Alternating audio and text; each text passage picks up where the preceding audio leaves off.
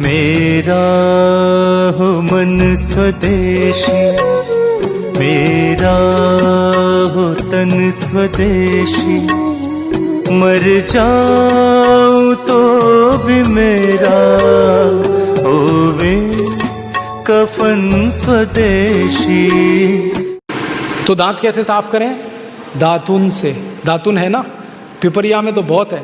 मैं अभी रास्ते में आया, इतने नीम के पेड़ हैं कि दातुन ही दातुन है यहाँ। तो आपको तो कोई कमी नहीं, तो दातुन करो। दातुन ना मिले तो दंत मंजन करो।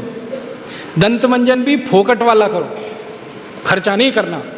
फोकट वाला दंत मंजन, घर में रसोई है, वहाँ पे हल्दी है, ले लो थोड़ी सी हल्दी, और सरसों का तेल है वो भी डाल दो उसमें, और थोड़ा सा नमक, तीनों को मिलाओ, दांत पे घिसो, सबसे अच्छा दंत मंजन।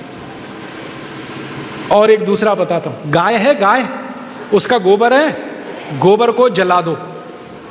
कैसे जलेगा? पहले सुखाओ उसको, छोटे कंडे बनाओ, फिर जला दो, तो राख निकलेगी। उस राख में थोड़ा नमक मिलाओ, थोड़ी फिटकरी मिलाओ, और उसको दांत पर घिसो। उससे अच्छा दंत मंजन दुनिया में नहीं। और एक तरीका बताता हूँ, नींबू है ना, नींबू हम सब्जी में निचोड़ते हैं, अब छिलका बच गया, इसको फेंकना नहीं, छिलके को उलट दो, अंदर का हिस्सा बाहर निकाल दो, उस पर नमक रगड़ के ऐसे ऐसे दांतों पे घिसो, दांत एकदम साफ। और एक दो बात बताता हूँ, जिनके दांत पीले हो गए, आम का पेड़ देखा, उसका पत्ता तोड़ लो, आम के पेड़ के पत्ते को चबाओ थोड़ी देर, चबाने के बाद वो चटनी जैसा होगा, लुगदी बनेगी, उसको दांतों पे रगड़ दो, दांत एकदम किटकिट करने लगते हैं, एकदम साफ। ये सब फोकट का इलाज है कि नहीं?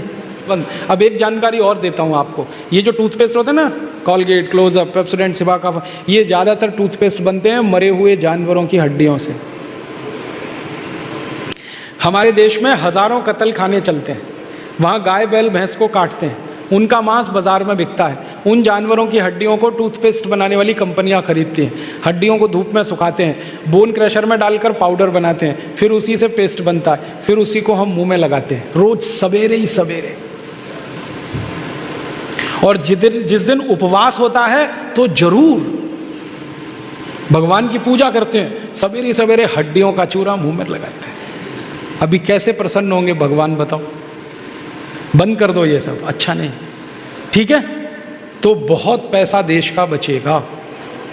मैंने एक दिन हिसाब निकाला कि पेस्ट बंद कर दें, ब्रश बंद कर दें, जो पैसे बचेंगे अगर उतने से ही दातुन खरीदने लगें, 50 पैसे की एक दातुन, तो 30 लाख लोगों को दातुन बेचने का रोजगार मिल जाएगा इस देश में। आप कभी बंबई जाना, बंबई के सब रेलवे स्टेशन में दातुन बिकता है, 1 रुपए का 2, 2 रुपए का 3। ये बंबई में हो सकता है तो पिपरिया में भी हो सकता है। अब बस करना ये पड़ेगा कि दातुन करनी है तो नीम का पेड़ लगाओ, बबूल का पेड़ लगाओ, दातुन तभी मिलेगी ना।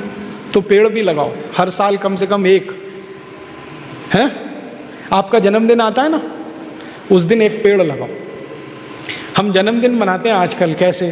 केक खरीद लाते हैं, फिर मोमबत्ती लाते हैं, फिर केक के चारों तरफ लगाते हैं, फिर दिया सलाई से जलाते हैं, फिर उसी को फूंक मार मार के बुझाते हैं। क्या मूर्ख लोग हैं! उसको बुझाना था तो जलाया क्यों? हमारे घर में जलता हुआ दीपक तब बुझाते हैं जब किसी की मौत होती है। तो जन्मदिन हुआ कि मरण दिन, तो मत मनाओ। तो कैसे मनाएं जन्मदिन? एक पेड़ लगाओ उस दिन। और मैं तो ये कहूँगा, जितने जन्मदिन हो गए ना उतने पेड़ लगाओ। मान लीजिए 14 साल पूरे हो गए तो 14 पेड़ लगा दो। कहाँ लगाएंगे? घर के सामने लगा दो, घर में जगह नहीं तो पड़ोसी के घर में लगा दो, दोस्ती हो जाएगी। और पेड़ तो रहेगा जिंदगी भर, आप तो चले जाओगे। नीम का पेड़ अगर लगाया तो 500 साल जिंदा रहता है, आप तो 100 साल में ही मर जाओगे, वो पेड़ तो 500 साल रहेगा।